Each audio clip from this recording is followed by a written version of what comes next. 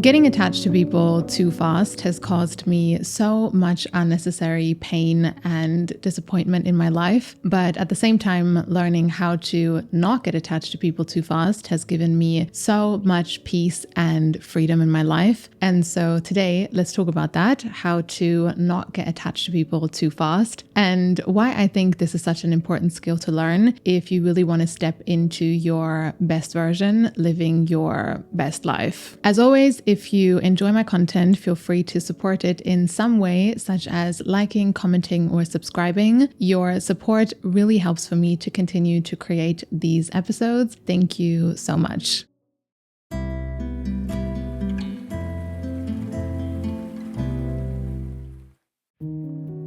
For a long time in my life, I felt like getting attached to people too fast was just like an automatic response within me. Not all the time, of course, but often I would meet people, whether that was in friendships, romantic relationships, or just people in general. And I always felt like I just cared too much too fast, until eventually I actually started to think maybe this is just my type of personality and who I am, and maybe something that I can't change about myself. But I was so wrong. I think learning how to not get attached to people too fast is really a muscle that we can train. They are habits that we can unlearn. And I think all of us deserve to step out of this icky mindset, because from my experience, it just causes so much unnecessary sadness and disappointment and overthinking. And it takes away so much energy we could be funneling into much more exciting and uplifting and expansive parts of our lives. The biggest thing that has helped me shift out of this mindset was to realize that getting attached to someone too fast is never something that just happens. There are always things that have to happen before for that to happen. And so if we can manage to look at those things, we can make sure we don't even get to that point where it's already too late. What I like to call preventative measures.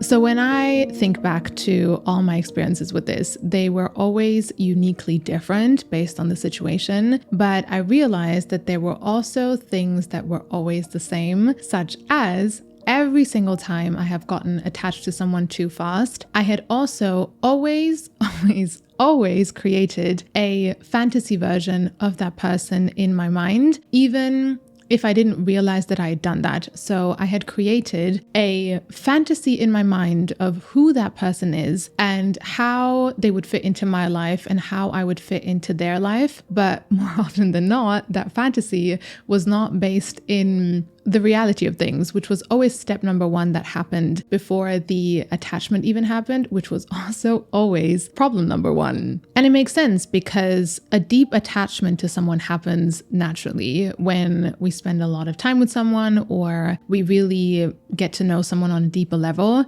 But whenever you get attached to someone too fast, you don't really know that person yet, technically. And so there's nothing to get attached to other than if you create an idea in your mind, which you can get attached to where that feels real. And for me, just that awareness already helped a lot, because it made me realize that actually it really doesn't have anything to do with the other person. Even though it might feel like it, it cannot have anything to do with the other person because you don't know them yet. It's about you and the fantasy that you have created in your mind, really.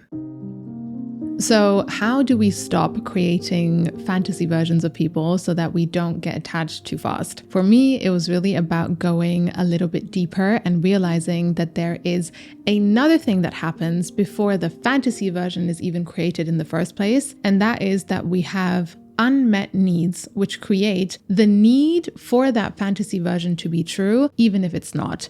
And let me explain a little bit what I mean by that, because I think if we can catch that, we can make sure the whole chain reaction doesn't even happen in the first place. So let's say you meet someone and within the first 2-3 weeks, you already feel like you are super attached to that person. You care about that person a lot. You're thinking about it all the time. You really want them to like you. You're trying to figure out what you need to do to make sure they fit into your life in the way that you want them to. You just feel that you got attached too fast. So one thing is you probably have created some sort of fantasy version of that person in your mind. But then the second thing is you must have a deep need for that fantasy version to be true, even if you don't know it is, because otherwise, why would you create it? So maybe creating that idea in your mind makes you think, oh my God, I have finally found that best friend that I've been looking for, or that partner that I've been looking for. Or maybe it makes it easier for you to let go of a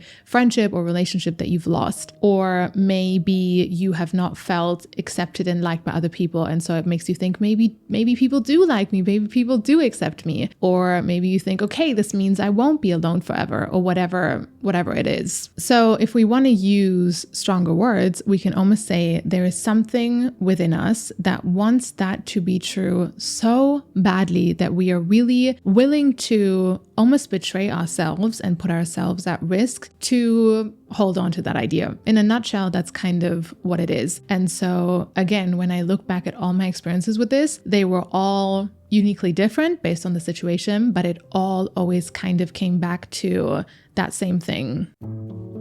I think something that happens to a lot of people is that once we go through the pain and the disappointment and the chaos that can often come from getting attached to people too fast, we then start to judge our needs, or rather our unmet needs, realizing that they are what's driving us in all of this. So maybe, as an example, you went through the experience of getting attached to friends too fast a few times already, and it made you experience pain, disappointment, sadness, whatever it is. And so then you start to judge your need for friendships, thinking, why am I like this? Why am I so needy for friends? I shouldn't even need friends. Maybe I just shouldn't even need people in general. Then I can make sure that this doesn't happen anymore. And sure, then we can make sure it doesn't happen anymore. But also I think shutting people out in this way really just leads to a lonely and unfulfilling life, which is not what we're aiming for. For me, I feel the solution to all of this was to realize that actually my needs are valid, and also my need for attachment to other people is valid, because truly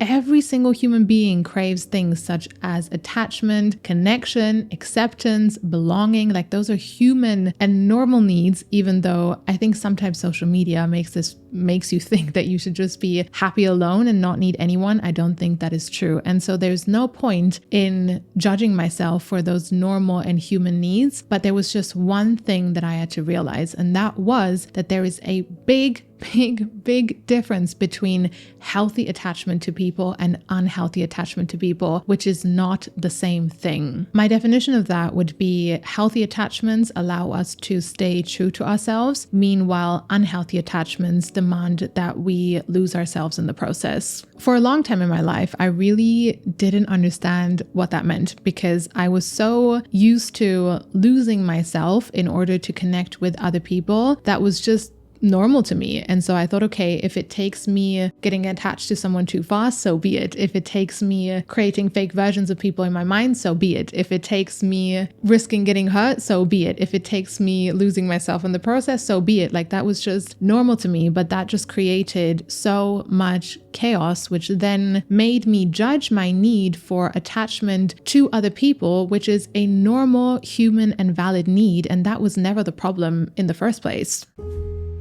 Generally, the topic of unhealthy relationships and healthy relationships is such a big one. And I think it's something that I'm also still very much learning about and figuring out. But something that's really helped me with this idea of not having to lose myself in order to connect with people was to realize that I'm really allowed to take my time to get to know people before I decide whether or not I want them to fit into my life in the way that I would like them to, and to actually also see where that person even stands. So to really take my time to listen to people and to watch their actions and to see how I feel around them and how the situation unfolds before I have to give up parts of myself or invest in some way or just connect in some way. I'm allowed to do that, and to also know that what is meant for me will be for me. I really don't need to force anything.